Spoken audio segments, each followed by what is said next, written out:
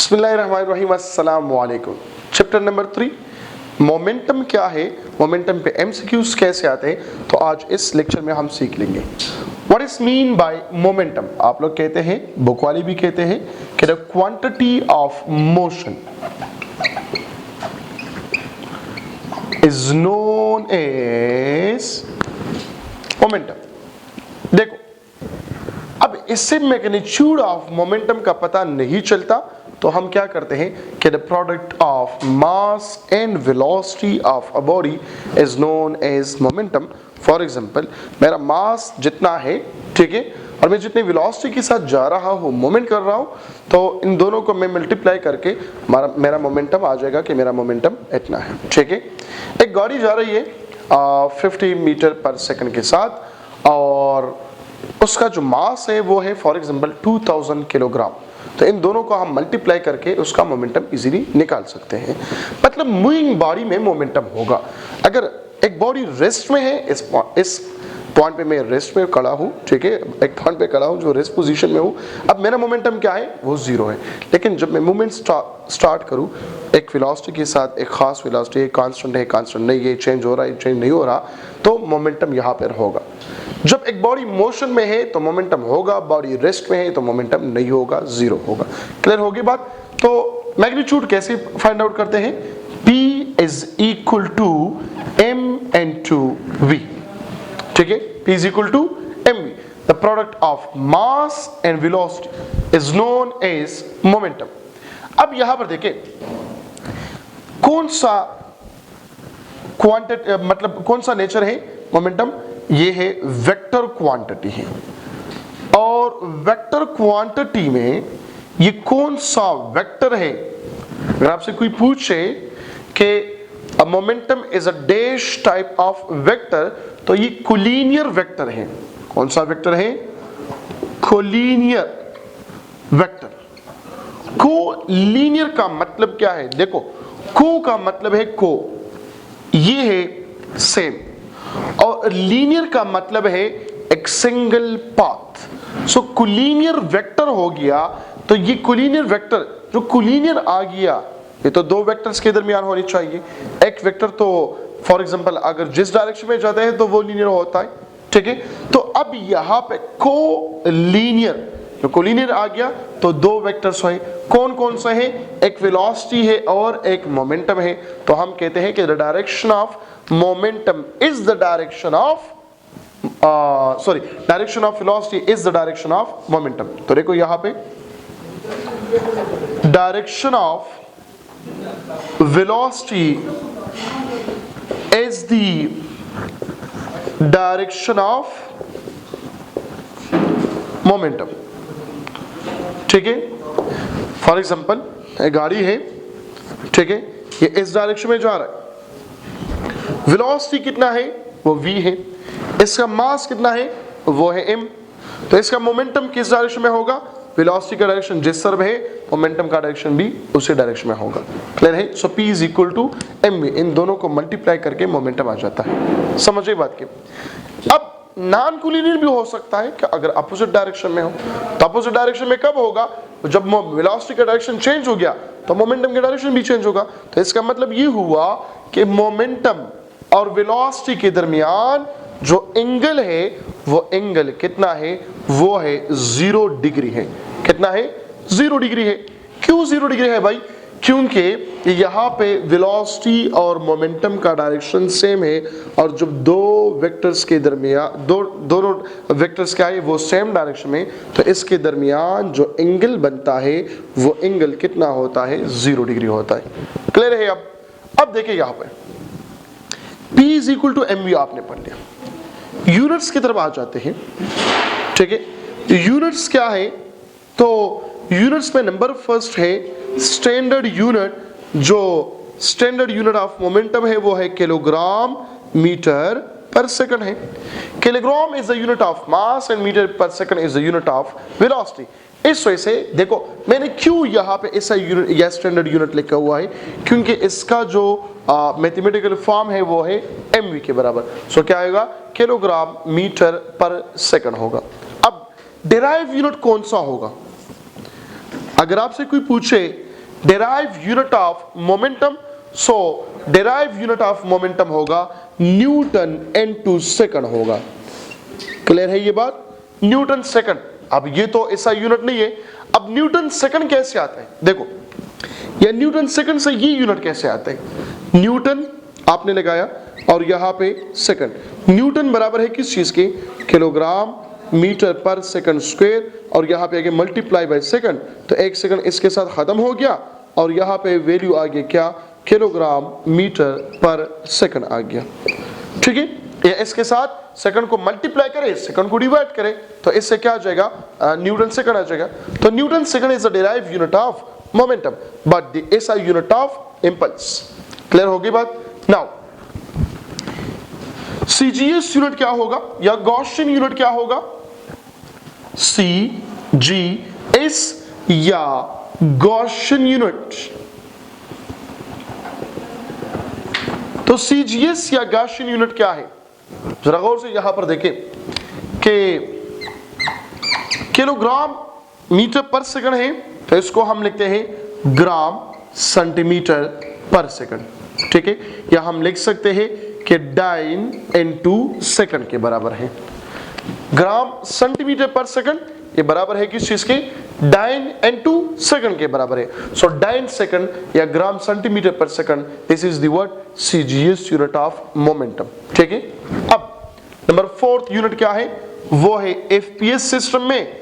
तो FPS system में या ब्रिटिश सिस्टम में, इसमें यूनिट ऑफ मोमेंटम क्या है? तो जरा गौर से देखिए आप, यहां पे किलोग्राम की जगह या ग्राम की जगह हम लगाते हैं स्लग, ठीक है, सेंटीमीटर की जगह हम लगाते हैं फुट, और सेकंड अपनी जगह पे आ गया। या डाइन है, तो डाइन किस चीज के बराबर है? वो पाउंड है। कौन से में? ये एफपीएस सिस्टम में फोर्स का यूनिट है pound, foot, pound and second. तो pound is the FPS unit of what? Force in British system. ठीक है, या आप लोग एफपीएस सिस्टम भी लिख सकते हो। और slug is the unit of mass in FPS system या ब्रिटिश सिस्टम। ये यूनिट्स हो गई। नाउ डायमेंशन की तरफ आ जाइए।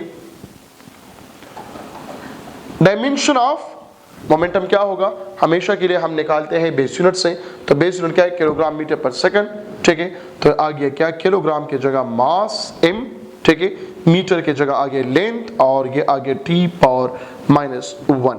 सो meter sorry mass, length and time power -1। MCQs आगे सपोज करें इस पे कि the dimension of mass in momentum, ये क्या है? 1। ठीक है, या the dimension of length in momentum is equal to 1।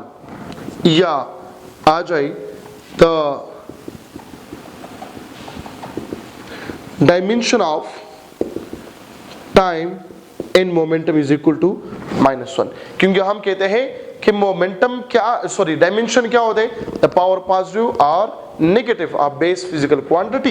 तो ये क्या है? ये बेस फिजिकल क्वांटिटी है और ये इसके पावर्स है।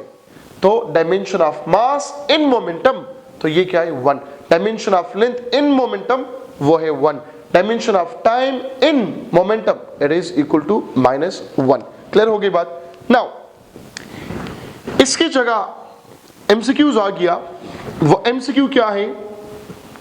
गौर से देखें, किलोग्राम, या इसको छोड़े ऐसे लिखो, unit of momentum is, unit of momentum क्या होगा? तो number A kilogram metre per second, option B newton into second, option C dyne into centimetre per second, option D slug foot per second, ठीक है। अब देखो यहां पे कौन सा करेक्ट है, ये FPS सिस्टम में यूनिट है, ये डिराइव यूनिट है और ये SI यूनिट है। ये चलो ये तो गलत है क्योंकि डाइन सेकंड है और यहाँ पे क्या है 9 सेंटीमीटर पर सेकंड मैंने लिखा हुआ है। इन तीनों में हम कौन सा ऑप्शन टिक करेंगे, वो है option number A. Option A को हम क्यों टिक करेंगे, ऑप्शन ए को हम इस वजह से टिक करेंगे क्योंकि वो क्या है SI यूनिट ऑफ मोमेंटम है। अगर इस तरह होता वो A B and D तो हम वो टिक करते हैं, लेकिन यहाँ पे कोई और ऑप्शन मौजूद नहीं है, तो लिहाजा ऑप्शन इसमें कौन सा होगा, किलोग्राम मीटर पर सेकंड होगा, ठीक है। इसी तरह MCQs में आ सकता है कि CGS unit of momentum, MCQs में आ सकता है कि FPS unit of momentum, MCQ में आ सकता है डायमेंशन ऑफ मोमेंटम, ठीक है। MCQs आ सकता है ऐसा भी कि मास गिवन हो, for example 10 kilogram, velocity given है 5 मीटर पर सेकंड, ठीक है। आप क्या करें, मोमेंटम को मालूम करें, ठीक है। इस तरह भी हो सकता है कि मोमेंटम बराबर है किस चीज के, 5 kilogram metre per second, velocity बराबर है 2 मीटर पर सेकंड सपोज करें, और आपसे कहते हैं कि मास ऑफ एन ऑब्जेक्ट मालूम करें। या इस तरह भी आ सकता है कि मोमेंटम बराबर है 5 kilogram metre per second, mass of a body है 2 किलोग्राम और आप वेलोसिटी मालूम करें, तो हम इजीली इसको फाइंड आउट कर सकते हैं। क्यों, कैसे, क्योंकि आपको पता है कि P बराबर है किस चीज के, P बराबर है mv के, ठीक है। तो हम लिख सकते हैं नंबर 2 में कि mass is equal to P divided by V, ठीक है। या इस तरह हम लिख सकते हैं कि V बराबर है P डिवाइडेड बाई M। तो इसमें तो ये तीन जो MCQs है वो इजीली आप लोग लिख सकते हैं। क्लियर होगी बात। नाउ यहाँ पर देखिए ये जो वेलोसिटी है ये हम लिख सकते हैं इससे, देखो ये भी मोमेंटम का एक और फॉर्म है, m delta d divided by delta t, क्योंकि delta d divided by delta t क्या है, ये वेलोसिटी देता है, ये स्पीड देता है, सो m delta d divided by delta t हो गया। So delta d divided by t, इसके लिए क्या शर्त है, देखो यहाँ पे टाइम गिवन होगा, यहाँ पे डिस्प्लेसमेंट गिवन होगा। अब गौर से देखिए मेरी बात, यहाँ पे मैंने लिख दिया कि मुझे डिस्प्लेसमेंट चाहिए, ठीक है, और यहाँ पे जो मेंशन है वो मोमेंटम है, मेंशन है वो टाइम है, और मेंशन है वो मास है। सो momentum multiply by time divided by mass, तो ये क्या है, ये भी आ गया, ये डिस्प्लेसमेंट हम इससे निकालते हैं, ये डिस्टेंस हम निकाल सकते हैं, ठीक है ना। इस तरह भी क्वेश्चन आ सकता है। देखो मोमेंटम का यूनिट क्या है वो तो आप लोगों को पता है, ठीक है। यूनिट आ गया, जरा गौर से देखें, Newton second square divided by kilogram, ये हमें क्या देता है, डिस्प्लेसमेंट देता है, डिस्टेंस देता है, वेलोसिटी देता है, क्या देता है, तो ये हमें डिस्टेंस देता है, मीटर देता है। न्यूटन मोमेंटम क्या है, ये न्यूटन सेकंड के बराबर है, और 1 सेकंड ये आ गया, सो न्यूटन सेकंड से स्क्वायर हो गया, और डिवाइडेड बाय किलोग्राम, मास की जगह किलोग्राम आ गया, so newton second square divided by kilogram, ये हमें क्या देता है, ये मीटर देता है। कुछ समझ आ रही बात कि नहीं आ रही। सो मैंने इस इक्वेशन से ये वैल्यू निकाल लिया, तो इजीली ये आ गया, ठीक है। इसी तरह आप लोग देखो, मैंने सिर्फ क्या किया, मीटर का वैल्यू यहां से निकाल दिया, ठीक है। आप लोग क्या करें, मास को यहां पे शिफ्ट करें, और से देखें mass is equal to momentum multiply by delta T divided by delta D. तो देखो अगेन यहां पे गौर से देखें, मोमेंटम का यूनिट क्या है, मैं लिखता हूं न्यूटन, फिर न्यूटन सेकंड है कि नहीं है, तो मैं लिखता हूं newton second square divided by meter. अब ये हमें क्या देता है, किलोग्राम देता है। समझिए बात की। तो ये हमने किस चीज से निकाल लिया, मोमेंटम से निकाल दिया। इसी तरह आप टाइम का यूनिट भी निकाल सकते हो। टाइम कैसे निकालेंगे, और से देखें, यहां पे देखें, delta D is equal to mass कहां पे शिफ्ट होगा, so delta D multiply by mass divided by momentum, ठीक है ना। तो ये सारे क्या है, ये हम सिर्फ एक दूसरे के साथ कंपेयर करते हैं कि अगर इस तरह आ जाए तो क्या होगा, अगर इस तरह आ जाए तो क्या होगा। तो ये बहुत आसान सा है। तो ये आ गया मोमेंटम। अब मोमेंटम की रिलेशन पढ़ते हैं कि मोमेंटम की रिलेशंस क्या है, मोमेंटम के फोर्स के साथ रिलेशन क्या है वो मालूम करते हैं। ठीक है, relation between momentum and Newton second law या मोमेंटम एंड फोर्स, वो क्या है जरा गौर से देखिए। यहां पे relation between momentum and force, momentum और फोर्स के दरमियान जो रिलेशनशिप है वो क्या है। देखो आप लोगों को पता है कि फोर्स बराबर है किस चीज के, m इंटू ए के बराबर है। सो फोर्स किस चीज के बराबर हो गया, m into del V divided by delta T के बराबर हो गया। ये मैं डायरेक्ट लिखता हूं कि F is equal to delta P divided by delta T. देखो गौर से, मोमेंटम डिवाइड बाई टाइम, ये हमें क्या देता है, फोर्स देता है। अक्सर एमसीक्यूज में आता है ये कि rate change of momentum, rate change of momentum gives अस। ठीक है, तो देखो गौर से देखो, इस तरह आ सकता है। मैं सिर्फ लिखता हूं डायमेंशन ऑफ डैश, तो फोर्स आएगा। ठीक है, यूनिट ऑफ, तो फोर्स आएगा, यूनिट ऑफ फोर्स आएगा ना। ठीक है, यूनिट कौन सा देगा, न्यूटन देगा। यूनिट कौन सा देगा, डाइन देगा। यूनिट कौन सा देगा, kilogram metre per second square देगा। यूनिट कौन सा देगा, gram centimetre per second square देगा। यूनिट कौन सा देगा, पाउंड देगा। यूनिट कौन सा देगा, slug into foot per second square देगा। ये सारे किस चीज का है, फोर्स का है। तो फोर्स जब यहां पे आ गया तो ये आपको सब पता होनी चाहिए कि फोर्स किस है। अच्छा जी, ये मास इनटू ए भी आ सकता है, m इनटू ए भी आ सकता है, product of mass and acceleration आ गया एमसीक्यूज में कि rate change of momentum gives us the product of mass and acceleration. अच्छा, इस तरह भी आ सकता है m into del v divided by delta t, यही मैं दोबारा लिखता हूं। तो ये हमें देता है कि नहीं देता। ठीक है, एमसीक्यू आ गया, रेट चेंज ऑफ मोमेंटम कितना है, रेट चेंज ऑफ मोमेंटम ये है 9 न्यूटन सेकंड है, ये 9 है। ठीक है, चलो लिखता हूं 9 न्यूटन सेकंड आगे। आपसे पूछ रहा है फोर्स कितना होगा, रेट चेंज आ गया 9 न्यूटन पर सेकंड।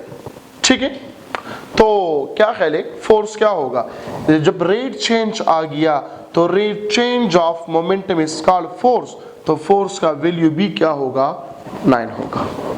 ठीक है ना, रेट चेंज के बात करूं तो ये हमें क्या देगा, फोर्स देगा।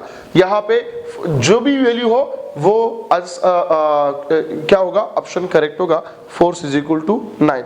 लेकिन 9 में फिर यहां पे देख ले कि या 9 न्यूटन होगा, सपोज करें F is equal to 9 dyne होगा, F is equal to 9 pound होगा, या option C all of above होगा।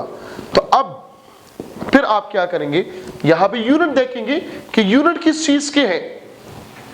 ठीक है ना, यूनिट यहां पर क्या है तो, और यहां पे क्या है, तो अगर यहां पे ऐसा यूनिट है तो नीचे भी ऐसा यूनिट होगा। अगर वहां पे फॉर एग्जांपल CGS हो तो यहां पर भी CH होगा, वहां पर MKS है, FPS है, तो यहां पर भी MKS और FPS होगा। तो इसमें आप लोग क्या करें, एहतियात करें। तो ये आ गया relation between momentum and force. So into the next lecture I will explain about impulse. Impulse क्या है, किन चीजों पर डिपेंड करता है, मोमेंटम के साथ इसका रिलेशनशिप क्या है, और कंजर्वेशन ऑफ लीनियर मोमेंटम होगा। Thank you so much.